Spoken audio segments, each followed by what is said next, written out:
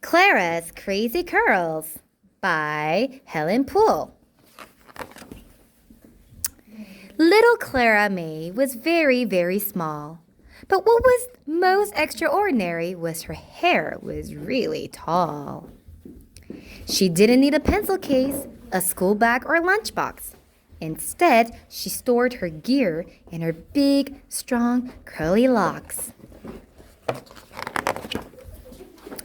But Clara often wished that her hair could reach the skies, the tallest hair in the world, and maybe win a prize. One night in the bathroom, Clara spied a jar up high. The label read, "Big and beautiful hair, guaranteed in just one try." Clara reached and grabbed the jar without a second thought. But she didn't use a little dab. Instead, she used a lot. Uh-oh. That night, while she was tucked in bed, Clara never knew that while she lay there sleeping, her hair grew and grew and grew.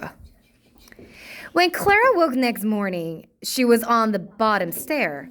She'd been slowly and quietly pushed out of bed by her crazy curly hair. "Yippee!" she yelled. "It worked! Hooray!" "Good grief!" her mother cried. "How on earth could hair grow so much?" "I don't know," Clara lied. Outside, the birds all snuggled in their brand new curly nest. Clara smiled and beamed with pride. Her curls were now the best. Her hair was extra useful now. She rescued cats from trees. She cleaned out gutters on each house. Her neighbors were quite pleased. And way up high in outer space, aliens clapped and cheered. A planet made of tickly curls had suddenly appeared. Back on Earth came crowds and crowds. They couldn't help but stare. But Clara was now famous. People loved her hair. But in between, among the clouds, that's where trouble struck. Airplanes couldn't cross the curls. Hot air balloons got stuck. The problems grew at Clara's school. Her friends couldn't see at all, unless she sat at the very back, alone against the wall. Even worse was a trip to the movies, where her curls filled up the room. Her friends couldn't see the movie, and Clara was filled with gloom.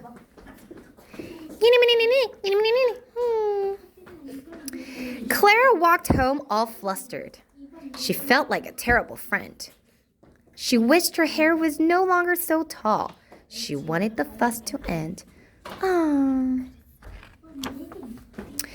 "Mom, I'm sorry. I lied to you.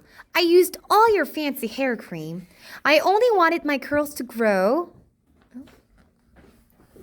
"That was my curly hair dream." "I'm glad you told the truth," said Mom, and she quickly grabbed the phone. "Don't worry, my dear. This is easily fixed. I'm calling Mrs. Malone." Mrs. Malone and her hair cutting team went to work on that crazy hair. They snipped, they clipped, and they chopped, and they locked, and it floated off into the air.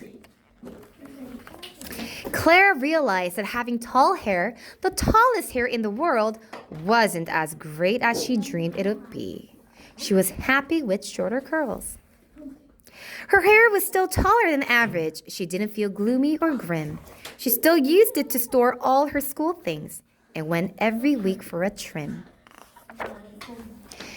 And often at night, Clara wondered, what happened to all of that hair?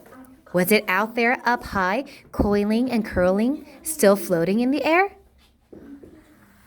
That was a great story. Did you like the story? Did you like the story? Did you like the story? Did you like the story? Yeah. I love the story. Thank you for the book, girls.